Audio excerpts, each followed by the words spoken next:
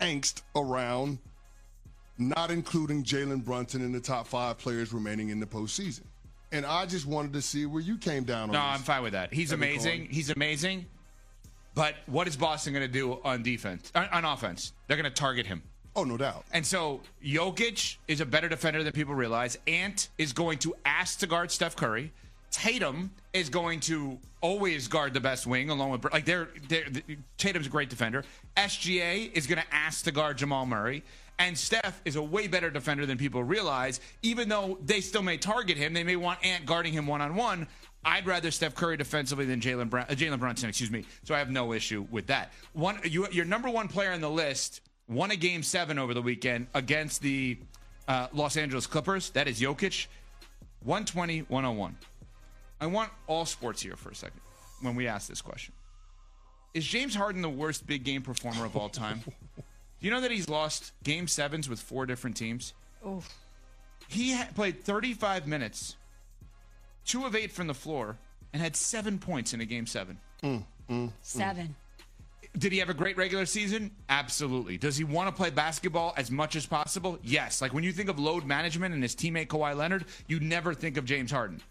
Is there a worse big game performer in all of sports in history with reps? I don't mean one guy or gal that had one bad game in a singular game.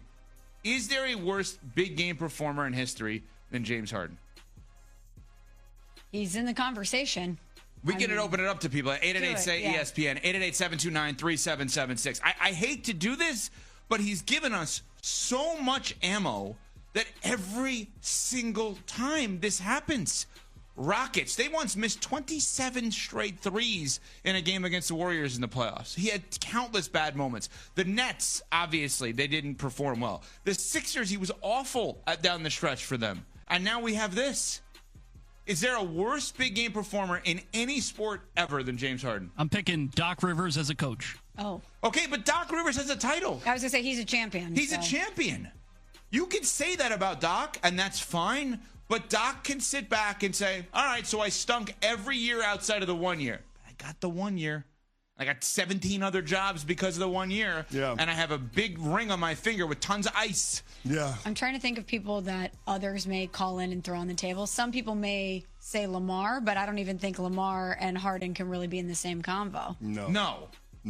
But I'm imagining current athletes that people would say amazing regular season, not the same in the playoffs. Like Josh Allen hasn't won the big game, but retrospectively we look back and say he had great games in those games. Lamar had that label on him. Yeah. And based on what happened in Buffalo, the couple of turnovers, maybe you might want to assign that to him still until he gets over the hump.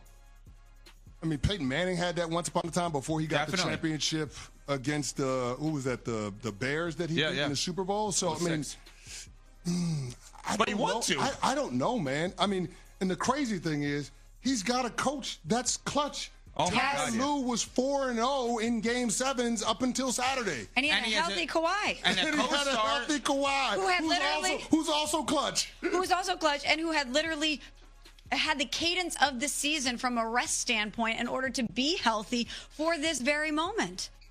I mean, Kawhi won a title with 2 different teams, right? Like this Clippers era with Kawhi has not worked out, right? If you think about it, Kawhi Leonard, who had 22 points in this game, but Kawhi played 37 games this year, 5 years with the Clippers, over 57 games played, 1 time. Lost 3 straight times in the first round of this team.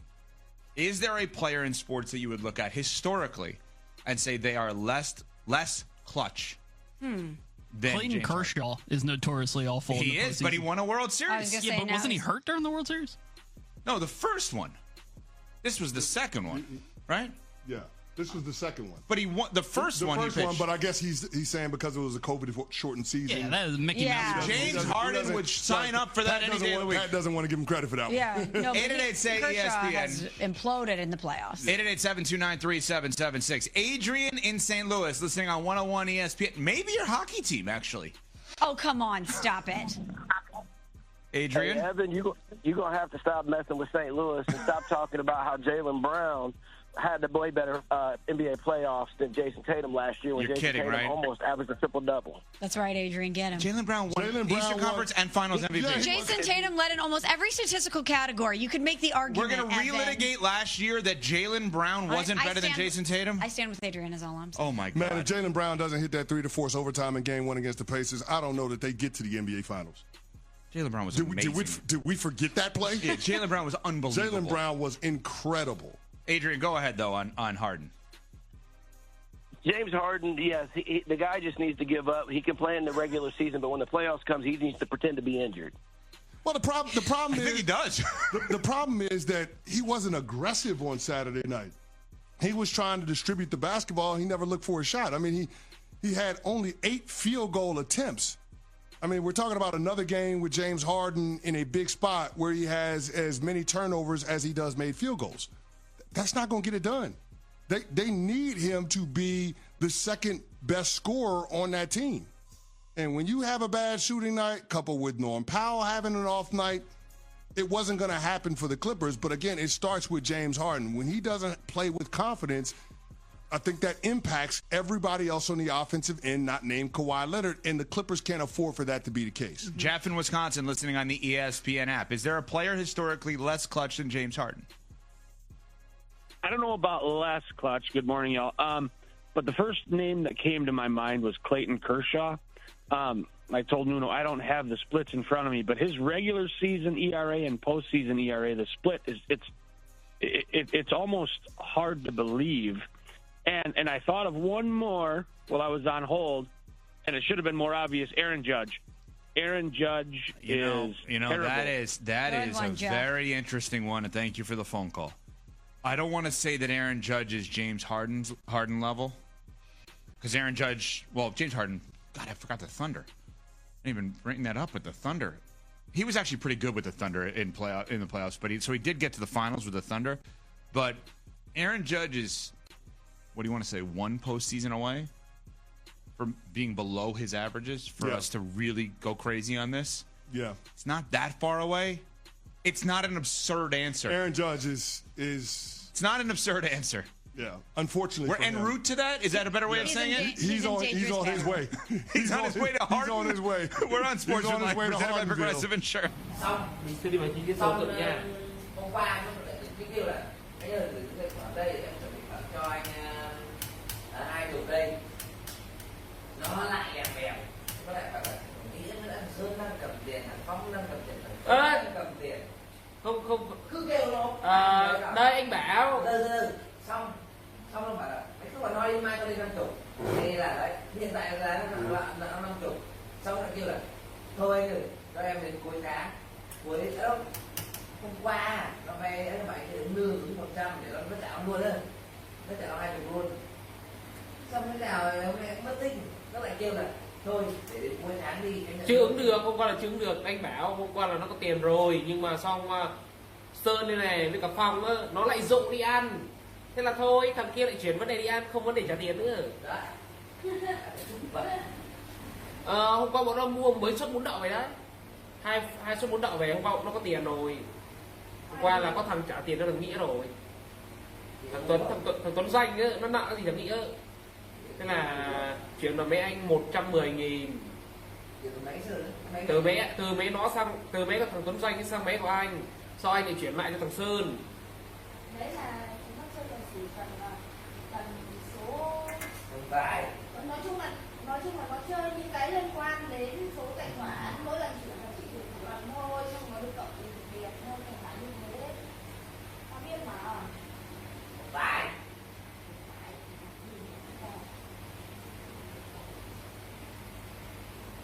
Hôm anh cũng bảo thằng Nghĩa rồi, mày có tiền thì mình trả luôn thằng Long đi, để thằng Long con trả anh, không phải phí đâu. Nó nghe thế nó chỉ cười thôi.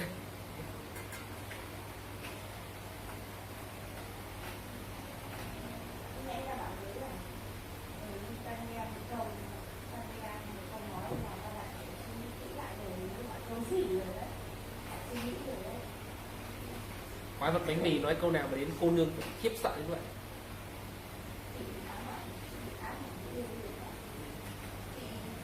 Tôi cũng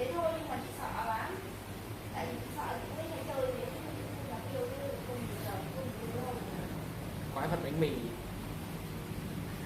Hôm đấy tặng bánh mì pate hay bánh mì gì? Hôm đấy mua bánh mì pate hay bánh mì gì? Mày nhắn cái câu đấy không có lời đọc tin nhắn có thế tao còn cứ vẫn có đọc tại vì tao bảo là tao ăn vợ. Trời ơi, nó cứ đòi đọc mới đọc không vui cho đọc. Mày không là không vui Không cho.